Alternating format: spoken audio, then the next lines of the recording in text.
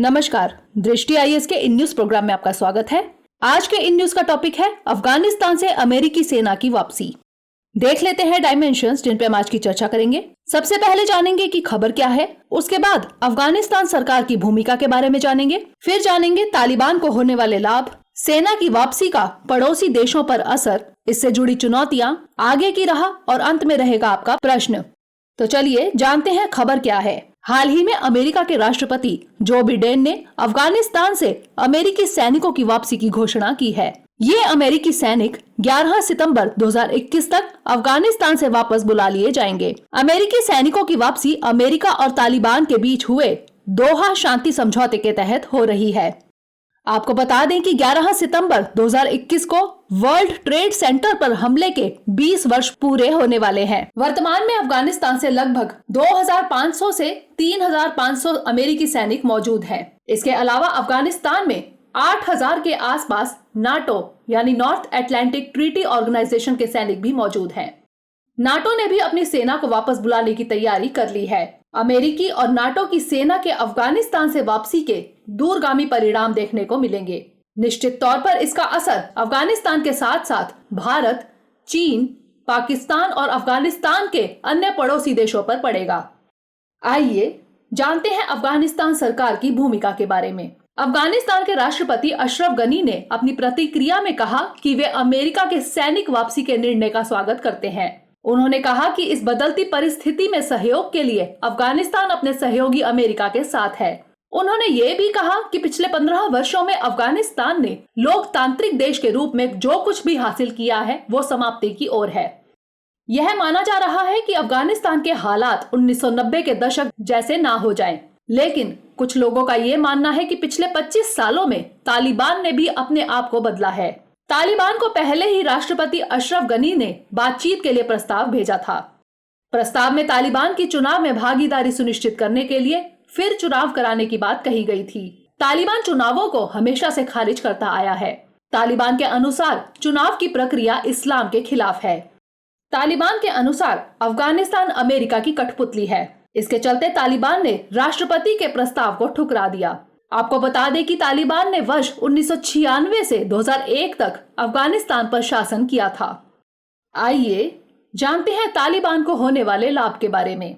Long वार पत्रिका के अनुसार अफगानिस्तान के 325 जिलों में से 76 या 19% जिलों पर तालिबान का नियंत्रण है, जबकि 127 या 32% जिले सरकारी बलों के नियंत्रण में हैं। इनके अलावा शेष जिले विवाद का हिस्सा है। वर्ष 2001 में अमेरिका ने अफगानिस्तान पर हमला किया था। वर्ष 2001 की तुलना में अभी तालिबान काफी मजबूत हुआ है। अफगानिस्तान से अमेरिकी सैनिकों की वापसी को तालिबान अपनी जीत के रूप में देख रहा है। ऐसा माना जा रहा है कि अमेरिकी सैनिकों की पूर्ण वापसी के बाद तालिबान अफगानिस्तान सरकार के खिलाफ युद्ध छेड़ सकता है। यह युद्ध अफगानिस्तान सरकार के लिए मुश्किलें खड़ी कर सकता है। आइए जानते हैं सेना की वापसी का पड़ोसी देशों पर क्या असर पड़ेगा। तालिबान के गठन में पाकिस्तानी सुरक्षा एजेंसी का बहुत बड़ा योगदान है। अफगानिस्तान पर अमेरिका के हमले के बाद तालिबान पाकिस्तान के सुरक्षित क्षेत्रों में चला गया। बलूचिस्तान के क्वेटा से तालिबान उच्च परिषद का संचालन करने लगा। आपको बता दें कि पाकिस्तान ने अमेरिका के साथ तालिबान को समझौते के लिए राजी किया था। तालिबान का अफगानिस्तान पर नियंत्रण पाकिस्तानी सेना के लिहाज से फायदेमंद साबित होगा। इसका परिणाम यह होगा कि फिर से 20 साल बाद तालिबान और पाकिस्तान के बीच मित्रता को बल मिलेगा। लेकिन तालिबान के अफगानी सरकार से युद्ध की स्थिति में पाकिस्तान को अफगानी शरणार्थियों का बोझ उठाना पड़ेगा। तालिबान के अफगानिस्तान पर नियंत्रण से भारत के करजई और गनी सरकार से रहे उत्कृष्ट संबंधों में गिरावट आएगी। अमेरिकी सैनिकों की वापसी का असर भारत पर भी पड़ेगा। इसका परिणाम यह होगा कि अफगानिस्तान में स्थानांतरित हो चुके लश्कर-ए-तैयबा और जैश-ए-मोहम्मद जैसे संगठनों की आतंकी गतिविधियां भारत में तेज हो जाएंगी। अफगानिस्तान में अस्थिरता से चीन का बहुत नुकसान होगा, क्योंकि इसका चीन पाकिस्तान आर्थिक गलियारे पर असर पड़ सकता है। अफगानिस्तान में तालिबान का शासन शिनजियांग स्वायत्त क्षेत्र में अशांति फैलाने का कारण बन सकता है, क्योंकि शिनजियांग स्वायत्त क्षेत्र उइगर अल्पसंख्यकों का घर है। इसके विपरीत चीन पाकिस्तान के सहयोगी के रूप में अफगानिस्तान में अपनी बड़ी भूमिका निभा सकता है।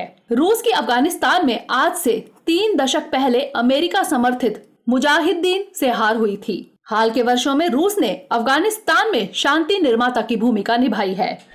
रूस अफगानिस्तान में तालिबान के इस्लामिक अमीरात की स्थापना का समर्थन नहीं करता। रूस के पाकिस्तान के साथ बढ़ते संबंध अफगानिस्तान में रूस की भूमिका को बढ़ा सकते हैं। ईरान, अफगानिस्तान और पाकिस्तान दोनों देशों से सीमा साझा करता है, इसलिए ईरान सुरक्षा की दृष्टि से दोनों देशों को खतरा मानता है। अफगानिस्तान में तालिबानी शासन की स्थापना इस खतरे को और ज्यादा बढ़ाएगी, लेकिन फिर भी ईरान अफगानिस्तान से हजारा लिंक कनेक्टिविटी से जुड़ा हुआ है।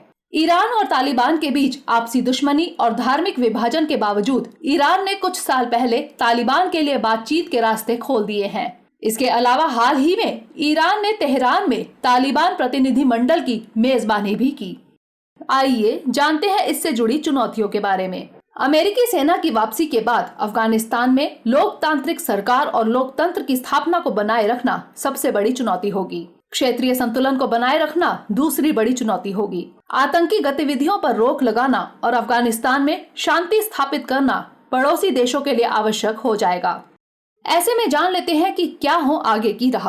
भारत, चीन, रूस और पड़ोसी देशों को अफगानिस्तान में लोकतंत्र की स्थापना के लिए प्रतिबद्ध रहना चाहिए। भारत के लिहाज से अफगानिस्तान का विकास क्षेत्रीय संतुलन को बनाए रखने में विशेष भूमिका निभाएगा। आतंकी गतिविधियों को रोकने के लिए अफगानिस्तान के सभी पड़ोसी देशों को प्रयास करना चाहिए। आइए अब नोट करते हैं आपका आज का प्रश्न। अमेरिकी सेना की वापसी के बाद अफगानिस्तान के सामने आने वाली चुनौतियों को समझाइए। इसका भारत पर क्या असर पड़ेगा। तो ये था हमारा आज का सेशन। अगले सेशन में किसी नए टॉपिक के साथ मिलेंगे। तब तक के लिए stay safe and stay motivated.